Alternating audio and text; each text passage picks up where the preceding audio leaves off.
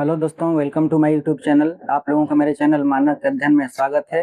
पिछले video lecture में हम लोग देखे थे प्रकाश तथा प्रकाश के गुण, और आज की इस वीडियो लेक्चर में हम लोग देखेंगे प्रकाश का परावर्तन तथा इसके नियम। और यह टॉपिक बोर्ड एग्जाम में बार बार पूछा जाता है, पेपर की दृष्टि से यह महत्वपूर्ण है, इसलिए हम लोग इसको देखते हैं।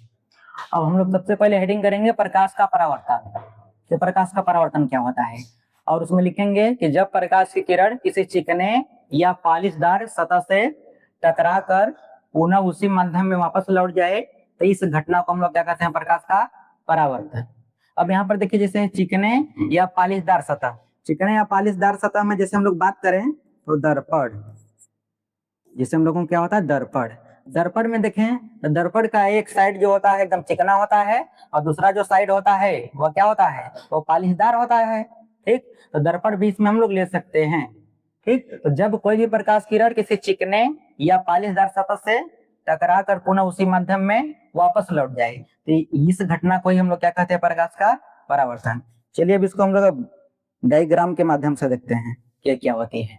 अब देखिए, इसमें हम लोग क्या किए हैं, सबसे पहले यहाँ पर हम लोग चिकना या पॉलिशदार सतह लिए हैं। इसमें हम लोग ऐसे ऐसे इसमें क्या करने हैं, पॉलिश कर दें।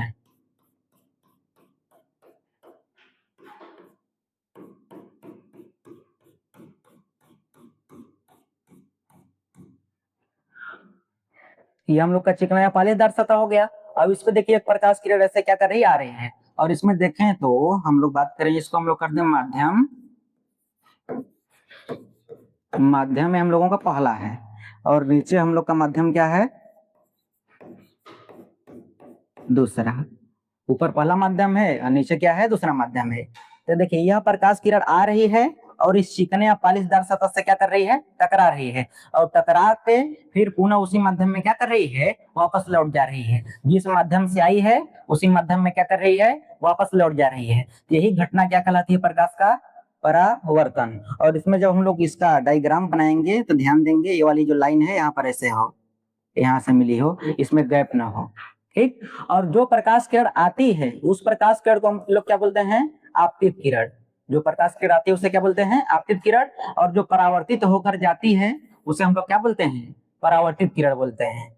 ठीक, और यहाँ पर बीच में हम लोग एक क्या खींच लिए हैं, अभिलंब। जहां पर ये तीनों पॉइंट, आपतित किरण, परावर्तित किरण और ये अभिलंब, तीनों लोग जिस पॉइंट पे क्या कर रहे हैं, मिल रहे हैं, उस बिंदु को हम लोग क्या कहते हैं, आपतन बिंदु बोलते हैं। जहां आपतित किरण, परावर्तित किरण और अभिलंब तीनों लोग मिलते हैं, उसे हम लोग क्या बोलते हैं, आपतन बिंदु। ठीक, और यहाँ पर देखिए एक कोड, इसके बीच में एक यहाँ पर क्या बन रहा है, एक कोड बन रहा है, इसका नाम आई दिया गया है, और इसको हम लोग बोलते हैं आपतन कोड।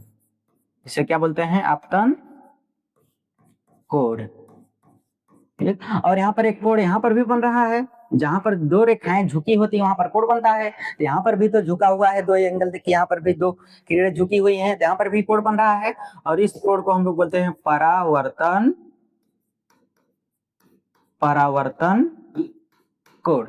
अब इन दोनों का हम लोग परिभाषा देख लेते हैं कि आपतन कोड किसे कहते हैं, परावर्तन कोड किसे कहते हैं। अब इसका परिभाषा हम लोग ऐसा ही बताएंगे, यहाँ पर बन रहा है उसी के अनुसार। यहाँ पर देखिए, यह जो आपतन कोड बना है, यह यहाँ से यहाँ तक यही हम लोगों का आपतन कोड है। आपतन कोड का देखिए परिभाषा क्या होगा, आपतित किरण तथा अभिलंब के बीच में जो कोड बनता है उस कोड को हम लोग क्या कहते हैं, आपतन कोड कहते हैं। क्योंकि यह यहाँ से यहाँ तक यही हम लोगों का आपतन कोड है, तो यह कहाँ बन रहा है, आपतित किरण और अभिलंब के बीच में बन रहा है। इसी कोड को हम लोग कौन सा कोड बोलते हैं, आपतन कोड। और देखिए परावर्तन कोड क्या होगा, परावर्तन कोड यहाँ से लेके यहाँ था।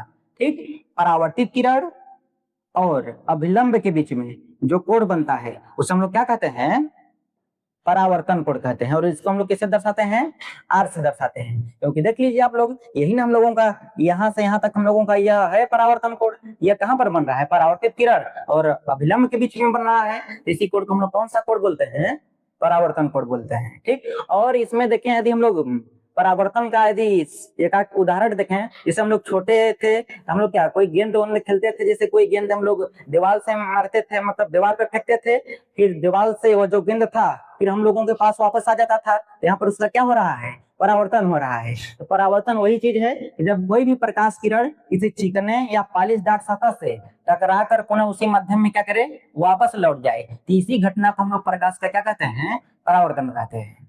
ठीक, अब इसमें हम लोग परावर्तन के क्या देखेंगे, हम लोग नियम।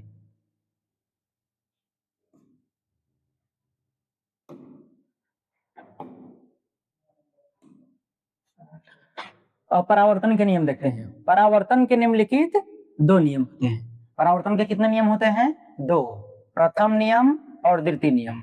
सबसे पहले हम लोग यहाँ पर प्रथम नियम को देखते हैं कि प्रथम नियम क्या कहता है, उसके बाद फिर चलेंगे द्वितीय नियम की। आपतन कोण, आपतन कोण क्या होता है, आई, तथा परावर्तन कोण, परावर्तन कोण क्या होता है, आर, सदैव क्या होते हैं, बराबर होते हैं। आपतन कोण आई तथा परावर्तन कोण आर सदैव क्या होते हैं, बराबर होते हैं। अर्थात यहां से हम लोग कह सकते हैं, अर्थात कोण आई बराबर कोण आर, इसका मतलब आपतन कोण बराबर परावर्तन कोण। इसमें जितना ही हम लोगों का, इस पर देखते हैं, यहाँ पर यदि हम लोग बात करें, जितना हम लोगों का आई होगा उतना ही क्या होगा, आर भी होगा। जैसे यहाँ पर हम लोग बात करें, यहाँ पर आपतन कोण हम लोगों का 75 डिग्री है, तो परावर्तन कोण भी कितना होगा, 75 डिग्री ही होगा, क्योंकि ये दोनों लोग क्या होते हैं, बराबर होते हैं। जैसे कोई आपसे क्वेश्चन पूछे कि बताइए कि परावर्तन कोण 50 डिग्री है, तो आपतन कोण का मान बताइए, तो आपतन कोण का मान भी कितना होगा, 50 डिग्री ही होगा, क्योंकि दोनों लोग क्या होते हैं, बराबर होते हैं।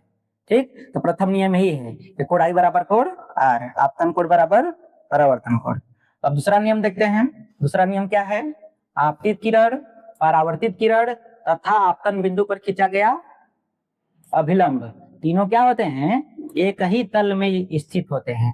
तल या तो यहाँ पर हम लोग बिंदु भी लिख सकते हैं, तल या तो बिंदु भी लिख सकते हैं, एक ही तल में स्थित होते हैं या एक ही बिंदु में स्थित होते हैं। अब इसको देखते हैं उसी पेज पे हम लोग। देखिए, आपतित किरण, परावर्तित किरण तथा इस आपतन बिंदु पर, यहाँ पर जो आपतन बिंदु हम लोग लिए थे, आपतन बिंदु पर खींचा गया क्या, अभिलंब, तीनों क्या होते हैं, एक ही बिंदु पर स्थित होते हैं या एक ही तल पर स्थित होते हैं। यह परावर्तन का कौन सा नियम है, दूसरा। आपतित किरण, परावर्तित किरण तथा आपतन बिंदु पर खींचा गया अभिलंब, तीनों एक ही तल में स्थित होते हैं। और इसका दोनों नियम हम लोगों को रखना नहीं है, दोनों नियम को हम लोगों को डायग्राम के माध्यम से क्या करना है, समझना है, और उसका डिफिनेशन भी डायग्राम के माध्यम से समझना है। ठीक, यदि बोर्ड एग्जाम में यह क्वेश्चन आता है, सबसे पहले हम लोगों को क्या लिखना पड़ेगा, प्रकाश का परावर्तन, फिर उसमें हम लोग यह डायग्राम बनाएंगे, और उसके बाद यदि उसका नियम पूछेगा तो नियम हम लोग उसका लिखेंगे यहाँ पर। ठीक, तो आज के इस वीडियो में हम लोग इतना ही देखेंगे। इसमें देखिए, जो भी हम लोग देखे हैं एक बार उसको हम लोग रिवाइज कर लेते हैं। सबसे पहले हम लोग देखें प्रकाश का परावर्तन। तो परावर्तन क्या होता है, जब कोई भी प्रकाश किरण किसी चिकने या पॉलिशदार सतह से टकरा कर पुनः उसी माध्यम में क्या करे, वापस लौट जाए, तो यह घटना क्या कहलाती है, प्रकाश का परावर्तन कहलाती है। ठीक, और जो प्रकाश किरण आती है उसे हम लोग आपतित किरण बोलते हैं, और जो परावर्तित होकर जाती है उसे हम लोग क्या बोलते हैं, परावर्तित किरण बोलते हैं। ठीक, और जहां पर आपतित किरण और परावर्तित किरण और अभिलंब तीनों लोग जिस बिंदु पर मिलते हैं उस बिंदु को हम लोग क्या कहते हैं, आपतन बिंदु। और वहां पर हम लोग देखें एक नाम आया था आपतन कोण। आपतन कोण क्या होता है, आपतित किरण और अभिलंब के बीच में जो कोण बनता है उसे हम लोग क्या बोलते हैं, आप आपतन कोण। और फिर देखे थे परावर्तन कोण। तो परावर्तन कोण क्या होता है, परावर्तित किरण और अभिलंब के बीच में जो कोण बनता है उसे हम लोग क्या बोलते हैं, परावर्तन कोण बोलते हैं। और उसके बाद हम लोग देखें परावर्तन के नियम। तो परावर्तन के निम्नलिखित कितने नियम होते हैं, दो नियम होते हैं। पहला नियम यह कहता है कि आपतन कोण और परावर्तन कोण आपस में क्या होते हैं, बराबर होते हैं हमेशा। ठीक, जितना ही आई होगा उतना ही क्या होगा, आर होगा। और दूसरा नियम क्या है, आपतित किरण, परावर्तित किरण तथा आपतन बिंदु पर खींचा गया अभिलंब, तीनों क्या होते हैं, एक ही तल में स्थित होते हैं। यही चीज है हम लोगों का। आज के इस वीडियो लेक्चर को इसी को हम लोग समाप्त करते हैं।